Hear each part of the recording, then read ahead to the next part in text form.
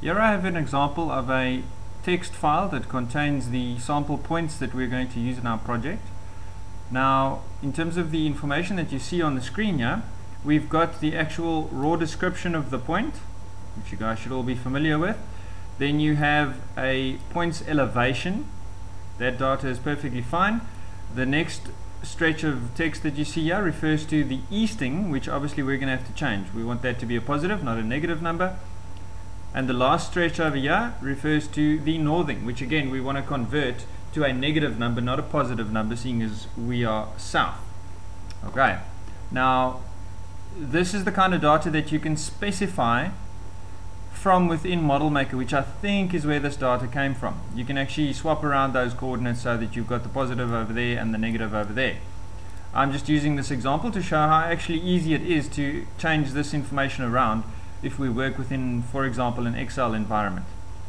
Okay, so have a look here. I'm going to open up that exact same points file in Microsoft Excel. Okay, when you open up a text file in there, it wants to know how to format the data that it finds in the file.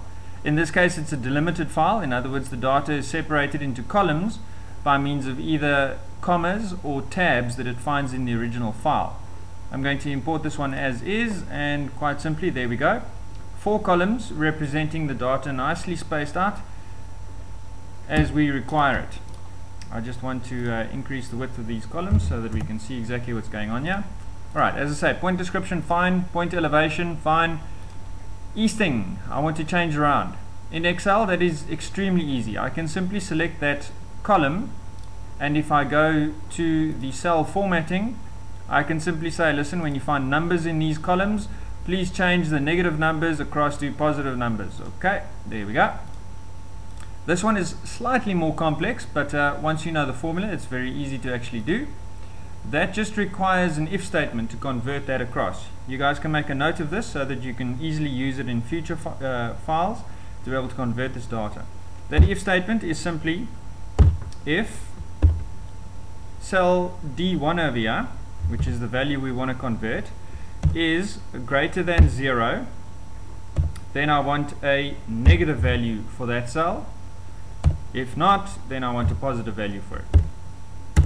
Simple as that. Alright, so it converts that through to a negative number.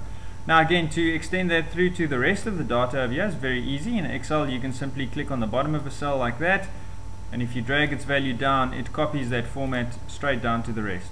Okay, there are 6,000 some odd points here. I'm not going to do it through all of them now. I've already got this file converted. I just want to demonstrate the method of doing this for you guys. Alright, this though is a formula, so that's not going to work correctly. I actually just want that as raw data in this file. Quickest way to do that is to just save this file, alright, as a CSV file or a comma delimited file, which is what we're going to use in AutoCAD Civil3D in anyway. So I'm just going to save it as that, and I want to overwrite that existing nice file that I've already cleaned up, so I'm going to call this one test. Alright, it complains about the formatting, says it's going to lose a certain amount of the formatting. I'm just going to go yes, that's fine.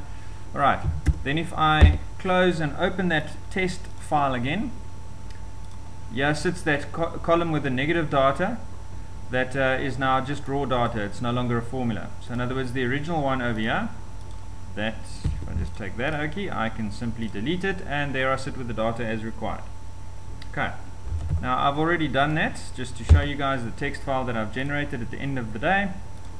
There we go, where I've in fact gone so far as to slip the data across. The points elevation no longer sits as column B, it sits at the end. Alright, you don't need to do that. We're going to have a look in Civil3D how we can actually customize the import of this file so that a specific value is attached to each of the columns.